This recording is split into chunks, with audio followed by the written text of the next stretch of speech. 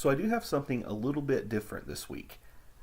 All throughout this semester, I've been reading your work that you've been doing analyzing biblical text, thinking things through, examining things, but I haven't really shared that much of mine. I happen to have had the opportunity to begin as a school project and to continue writing out of interest some work on the relationship between Second Peter and Jude, and there's a definite literary relationship between these two works. Jude has 25 verses in our English Bible, and Second Peter is pregnant with much of the same thoughts. If you look at it closely, in fact, about 15 to 17, depending on your view of Jude's verses and concepts, are all right there in Second Peter. So we're not really sure which way the literary influence went, whether the author of Second Peter knew about Jude or Jude knew about Second Peter, or they all are dealing with a similar issue and pulling from a similar pool of apostolic and early Christian tradition there from the end of the first century, beginning of the second. Both of these books have had their authorship severely contested. Jude is one of the half-brothers of Jesus, another child of Joseph and Mary, and of course we know Peter, and we talked about that a little bit in First Peter as sort of one of the primary figures among the disciples, the original followers of Jesus.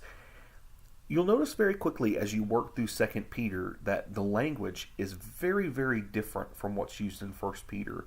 In fact, some of the words in Greek are not found anywhere else in the New Testament. For example, in Second Peter, rather than using the normal New Testament expression for hell, Gehenna, which is a Hebraic term, he actually uses Tartarus, which is a Greek mythological term. It's a place where wicked spirits were punished, where the former gods were cast by the current gods and evil people could be there. So it's sort of more of a Greek or Greco-Roman version of hell rather than what we usually see in the New Testament. The language is so different from what we see in the first letter of Peter that commentators and scholars as early as the second century expressed some serious doubts about whether this book really came from Peter. Jude kind of goes through a similar kind of cycle where we're not totally sure. It makes it a little more complicated to date and to place these works because they lack the internal clues and the internal address, if you will, that some of Paul's letters have. We know who he was writing to, and we can kind of piece together why and approximately when. We don't have that benefit when we work with what we call the Catholic epistles. So, we have to do a little bit more work analyzing them. I have provided for you a kind of lengthy document that'll talk you through some background research on Second Peter and Jude, the relationship between the two and the major themes in both.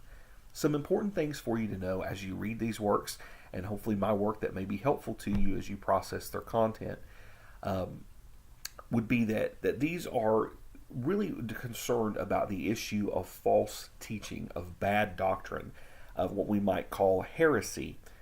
This becomes an issue at the end of the first century as Christians begin to encounter and convert and really be counter-converted by people who we might understand as proto-Gnostic. So they're not full-blown Gnostic yet. They're not denying the bodily divinity of Jesus, but they have a worldview that's going that direction because the physical is bad, being trapped in a physical body, in a physical reality, that's bad, and the spirit is pure, or it doesn't really matter what you do with your body because that's just your body and that's separate from your spirit.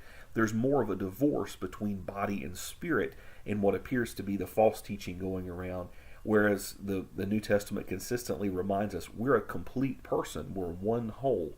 It's not a divorce between body and spirit, but these two things indwell and are part of one another. So what we do in the body affects us in our spiritual life, and it also affects us in the future judgment at the Parousia and so on and so forth.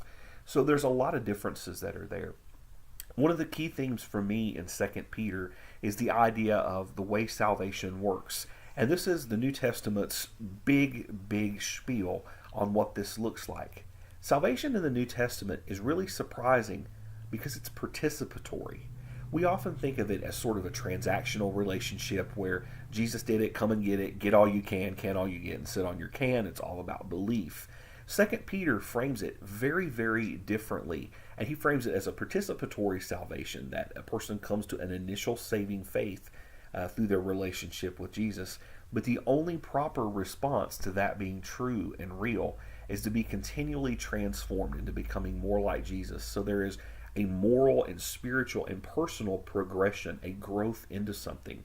In fact, Second Peter opens his book with what's called a sortie, and it's basically like a moral ladder. So you're climbing through this progression in the spiritual life on a journey to somewhere. So rather than salvation being kind of a one and done and it's something that happens, which is often the way it's presented in evangelical culture to us today, is it's something that is an ongoing process in which we're incorporated more and more into the divine nature. That particular statement in Second Peter can be a point of contention for believers of different sorts. In Eastern Orthodoxy, the idea of divination, which is about half the world's Christians that are influenced more through the Orthodox movement than Roman Catholicism and the subsequent Reformation, would really put an emphasis on this idea of divinization, that people that are walking with God truly are becoming holy. They're becoming divine, although not in the sense that they're becoming a god, but they're changing in the here and now into something they were not before. And that's part of the goal of the spiritual life, is to kind of be transformed in the here and now.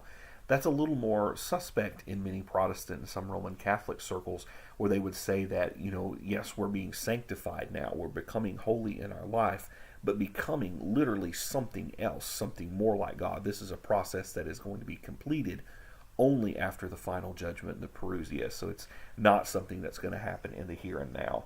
But one of the interesting things here is that something is happening to people as a result of their belief. And Peter frames it, there's only one response, and that's to embrace the process and to carry it forward. That's the only proper response to the love initiative of the God of the New Testament in sending Jesus and in doing everything else he does. So that's one of his big ideas. And he frames this moral progression, this participatory salvation, as response to God's love toward humanity, as the only way to really withstand and to counter this false teaching that he's really concerned about.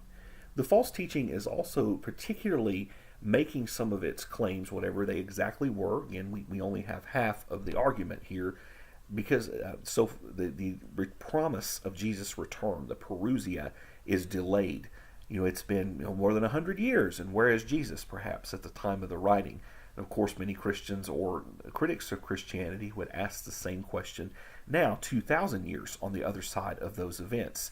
And 2 Peter really reframes the eschatological hope for Christians.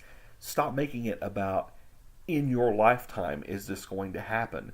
Understand that what is a day in the life of God? A day is like 1,000 years. 1,000 years is like a day. God doesn't experience time in the same way that human beings do. So he's on his own agenda and his own timetable. And our response, and Peter's language is interesting, is that we're to hasten the day of the Lord's coming. We're to speed up the timetable through participatory response to God's saving initiatives. So those are some of the interesting things that you'll find here. One facet of Jude that I do want to mention that is not mentioned in the document that I've provided for the class this week is simply this. Jude is the only book in the New Testament that actually quotes something as scripture that's not in the scripture canon. As you're reading through Jude, you're going to find the very brief account of a mention made about when the angel Michael argued with Satan about what to do with the body of Moses. And he refers to this account as scriptural. You will never find that in any of the 66 books we have today. That's actually a passage from a book that the early church ultimately excluded from the canon called 2nd Enoch, even though it's quoted in a book that was kept in the canon. So that gives you another interesting idea of how fluid the first century of Christianity was in terms of the books that they accepted and the books that they didn't accept, and the influence these books had on one another as the canon ultimately solidified, and the church becomes able to make some pretty solid and standing doctrinal statements. So good luck, and I'm interested to know what you think of the work. Thanks a lot.